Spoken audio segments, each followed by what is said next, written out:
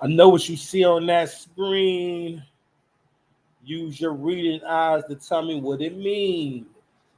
So the tweet reads, my stepson sent me this text. I showed her mom. Okay, I don't okay, you got the sex is wrong. But anyway, I showed her mom and she said he's right. I tried to step up and it backfired. I'm out. The text says, I'm not your son. Don't ever try to discipline me. Yo, shout out to King Karan. King Karan writes, young nigga, check the fuck out of it. This is my man right here, Terry Duran, man. He always comment on these joints, man. Yeah, this sounds like a situation he should have never been in because her mentality and how she's raising her child should have been very clear before taking on the stepdad role. You know what's funny about that? Even though he's right, when it comes to these situations right here, you got to realize that men come into this shit with good faith. Okay, and again, the fact that men are so willing to be, especially black men, are so willing to be stepdads for the most part, and not even think of it as being a stepfather, shows how much the men coming into it saying, "All right, let's see what's up. Let me see. Maybe it can go well, right?" But and what Terry is saying that is like, yo, you shouldn't have been able to see what they was on from the jump. But we got to realize too, yo, this is the first time men have been this social and have gotten this kind of information. And a lot of men we're being awakened to honest thinking, and that's another problem too. No honest thinking. Let's go ahead and read a few more comments before we get into the next joint. So a woman writes, same energy when he tries to ask you for something. I'm not your father. People be coming up with fake scenarios that forget what gender they were originally talking about. Man, that ain't the point. Step parents are some of the most unappreciated group of people on earth. Imagine stepping up for someone else's child, loving them, caring for them, and yet get talked to this way when you could have just married someone without kids. Men with no kids belong with women with no kids. It's that simple. I agree. Dangerous game to play. You got to try and be there, but keep a healthy distance at the same time. Now, again, so me personally, I am a dude who has a son. So I am a baby daddy, right? I am a single parent. My situation is not attractive for the sake of, like, I can't say I'm a dad first and I just get some wet. I don't know. You know what I'm saying? Unless you into that kind of thing. But I recognize that, yo, my situation is not necessarily the best situation. So therefore, I'm more open to other, I won't say scenarios. Basically, I'm more open to giving people a chance as long as our values align and as long as the other elements are there. But we both got to be trying. You know what I'm saying? But the guy made an interesting point about you can be there, but you got to keep your distance.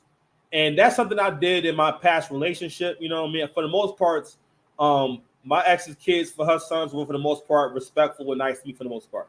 And we didn't really have no real friction, like no real actual friction. And they were young, and for the most part, you know, we was good. We was cool. And I think they, for the most part, they were good boys. I can tell that they were for the most part good people and stuff like that, you know. And I know that when they grow up, they're probably gonna be some good guys. I hope so, right? But at the same time, I understand that these ain't my sons, these ain't my kids, and I respect that. But I'm still gonna be a father figure when I'm around, and I'm gonna do what I can to be helpful. But they have a father. There's no need for me to act like I'm your dad exactly. I'm like a father figure when you're here. When I'm around, you know what I'm saying? But I don't want to step on your father's toes because he's doing what he got to do. You know what I'm saying? I'm also not here to do his job for him because again, then that makes him feel as though he has more freedom.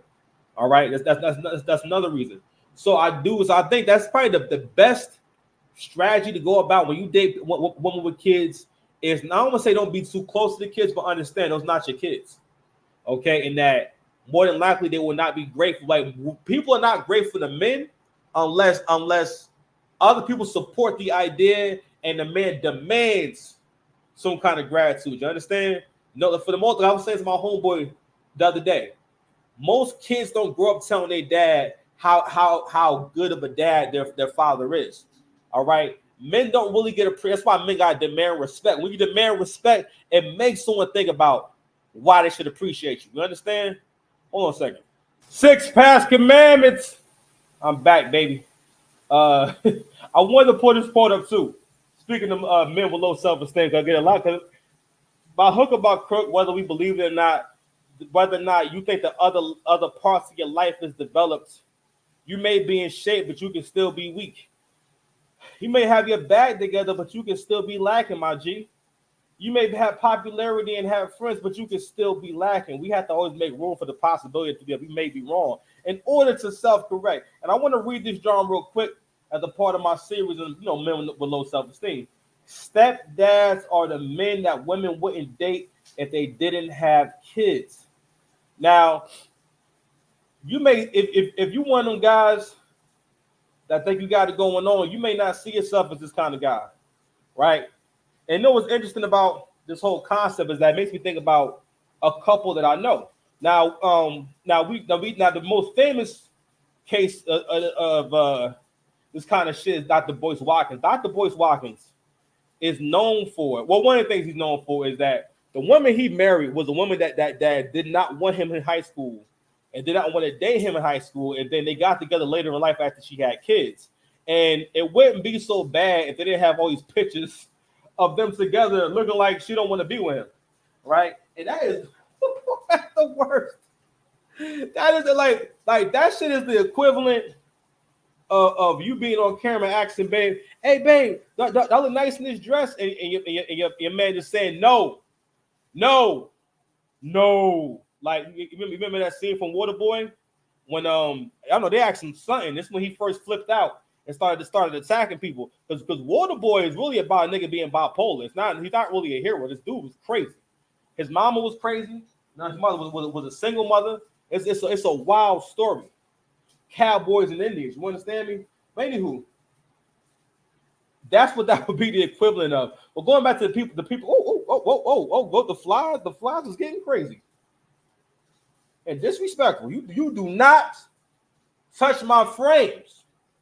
That's where I draw the line, and that's why I got like, share, and subscribe. I got flies in my house because I'm making pork chops.